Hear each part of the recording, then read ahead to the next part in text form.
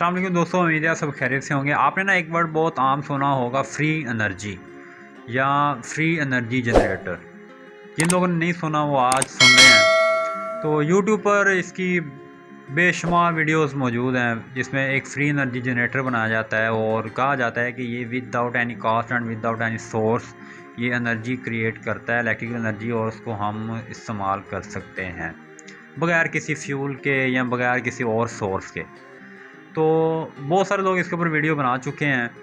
कुछ लोगों ने वीडियोस बनाई हैं कि ये पॉसिबल है, और कुछ वीडियोस ऐसी भी हैं कि जिसमें ये बताया जाता है कि ये पॉसिबल नहीं है और साइंटिफिकली साबित भी किया जाता है। लेकिन जो मैंने अब तक वीडियोस देखी हैं उसमें क्लियरली साइंटिफिकली ये बात साबित नहीं की गई कि ये पॉसिबल है या नहीं है। बस लोग अपने आइडियाज़ देते हैं, अब जो उनको समझ आता है वो उसको डिस्कस करते हैं। लेकिन इसके ऊपर मैंने काफ़ी सर्च किया, मैंने इसके ऊपर 3 साल तकरीबन मेहनत की है। तो मैं जिस नतीजे पर पहुंचा हूँ मैं आपसे डिस्कस करना चाहता हूँ कि साइंटिफिकली ये पॉसिबल है या नहीं। तो असल में मुझसे बहुत सारे लोगों ने सवाल किया था कि अहमद भाई आप साइंटिफिकली बात बताओ कि ये पॉसिबल है या नहीं है। इस वजह से मैं इसके ऊपर सर्च कर रहा हूँ और मेरी सर्च मुकम्मल भी हो चुकी है, तो इसलिए मैं आपको ये बात बताऊँगा और ताकि आप क्लियरली ये बात साबित हो सके कि ये पॉसिबल है या नहीं। मैं यहाँ पे आपको बता देना चाहता हूँ ये पॉसिबल है। अब कैसे है, साइंस के बारे में क्या कहती है वो मैं आपको बताऊंगा।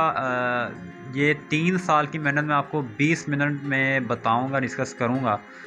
तो लिसन टू मी केयरफुली ताकि आपको आसान अल्फाज में बात समझ आ सके कि ये पॉसिबल है, लेकिन कैसे है। मैंने मुख्तलिफ लोगों की वीडियोस देखी हैं, वो उसमें ये बात प्रूव कर रहे होते हैं कि अल्बर्ट आइंस्टाइन ने कहा कि हम एनर्जी को क्रिएट नहीं कर सकते, ना ही इसको ख़त्म कर सकते हैं। हम सिर्फ एनर्जी को एक फॉर्म से दूसरी फॉर्म में कन्वर्ट कर सकते हैं। मतलब हम काइनेटिक एनर्जी को इलेक्ट्रिकल एनर्जी में कन्वर्ट कर सकते हैं, या इलेक्ट्रिकल एनर्जी को काइनेटिक एनर्जी में, पोटेंशियल एनर्जी में, या हम थर्मल एनर्जी को काइनेटिक एनर्जी में, और फिर काइनेटिक एनर्जी को इलेक्ट्रिकल एनर्जी में, फिर इलेक्ट्रिकल एनर्जी को हीट एनर्जी में, या हीट एनर्जी को हम इलेक्ट्रिकल एनर्जी में। इस तरह हम मुख्तलिफ फॉर्म्स को कन्वर्ट कर सकते हैं, बना नहीं सकते और ना ही ख़त्म कर सकते हैं। तो ये थ्योरी बिल्कुल ठीक है, मैंने इसके ऊपर सर्च भी किया है, बिल्कुल उसकी 100% ये बात ठीक है, हम एनर्जी को क्रिएट नहीं कर सकते। लेकिन जो इस जनरेटर को नाम दिया गया ना फ्री एनर्जी, ये नाम इसके लिए बिल्कुल गलत है। ये फ्री एनर्जी है ही नहीं, ये एक एनर्जी को इस्तेमाल करके हमें एनर्जी प्रोवाइड करता है। तो इसको समझने के लिए ना आपको चंद बातें समझनी पड़ेंगी। तो सबसे पहले आप ये बात समझें कि हम इस दुनिया में जो भी हीट या जो भी एनर्जी हम इस्तेमाल करते हैं वो हम टोटल एनर्जी इस्तेमाल नहीं कर पाते। मिसाल के तौर पर आप घर में दूध गर्म करने के लिए चूल्हा जलाते हो, बर्नर जलाते हो, तो आग के ऊपर जब आप एक बर्तन को रखते हो तो उसके अंदर दूध मिल्क गर्म हो रहा होता है, और अगर आप उसके पास खड़े हो तो उसके साइड पे भी आपको हीट महसूस हो रही होती है कि साइडों में भी हीट निकल रही है, और अगर आप उसके पास खड़े हो तो आपको भी हीट लग रही है। इसका मतलब है जो वो बर्नर आग हीट एनर्जी पैदा कर रही है वो टोटली एनर्जी उस मिल्क को नहीं मिल रही, बल्कि साइडों पे वेस्ट हो रही है। और उस तरह जिस एरिया में वो बर्तन पड़ा है सिर्फ उतने एरिया की एनर्जी उस बर्तन को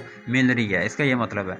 तो आप फ़र्ज़ करें अगर आप 1 किलो गैस से आप एक देग पका लेते हो, तो इसका ये मतलब नहीं है कि एक देग पकाने के लिए 1 किलो गैस ही चाहिए, नहीं।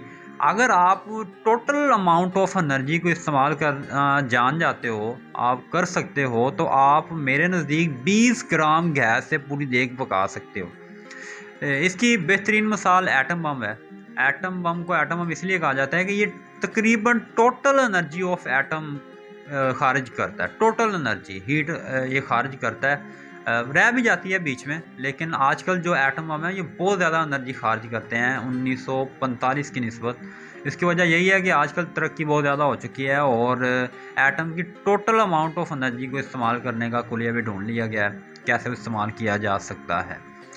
तो एक मसला ये है कि हम टोटल अमाउंट ऑफ एनर्जी किसी भी मटेरियल की इस्तेमाल नहीं करते, किसी भी मादे की वेस्ट हो जाती है इर्द गिर्द।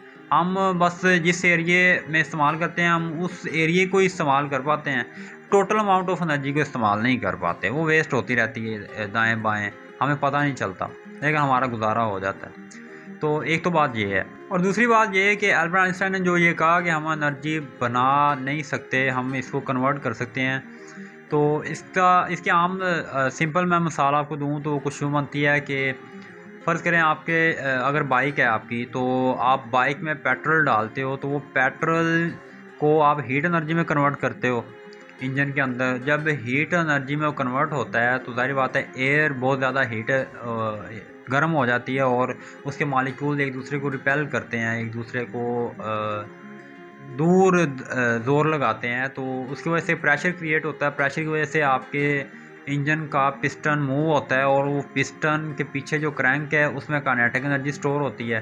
जब वो काइनेटिक एनर्जी स्टोर होती है, उस काइनेटिक एनर्जी को मुख्तलिफ गियर्स के ज़रिए टायर तक पहुंचाया जाता है चैन के ज़रिए। तो उसी काइनेटिक एनर्जी की मदद से आप मोटरसाइकिल को रनिंग में लाते हो और रनिंग में मुसलसल रहता है वो, जैसे जैसे ब्लास्ट होता जाता है इंजन में।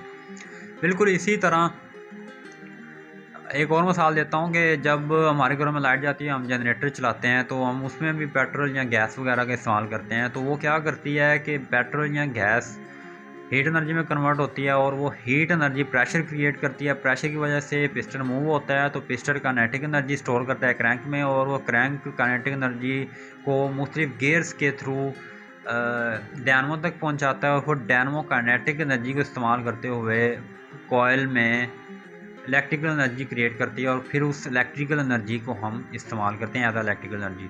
फिर हम इलेक्ट्रिकल एनर्जी को हीट एनर्जी में भी कन्वर्ट कर सकते हैं। मिसाल के तौर पर आपके घर में अगर हीटर्स पड़े हैं, इलेक्ट्रिकल हीटर्स, तो वो उसमें हम इलेक्ट्रिकल एनर्जी देते हैं, तो वो आपको हीट प्रोवाइड करते हैं। सर्दियों में आमतौर पर आपके घरों में ये आम सिस्टम होता है कि आपने इलेक्ट्रिकल अगर हीटर रखे हैं तो उसमें आप इलेक्ट्रिकल एनर्जी देते हो और वो आपको हीट एनर्जी कन्वर्ट करके देते हैं।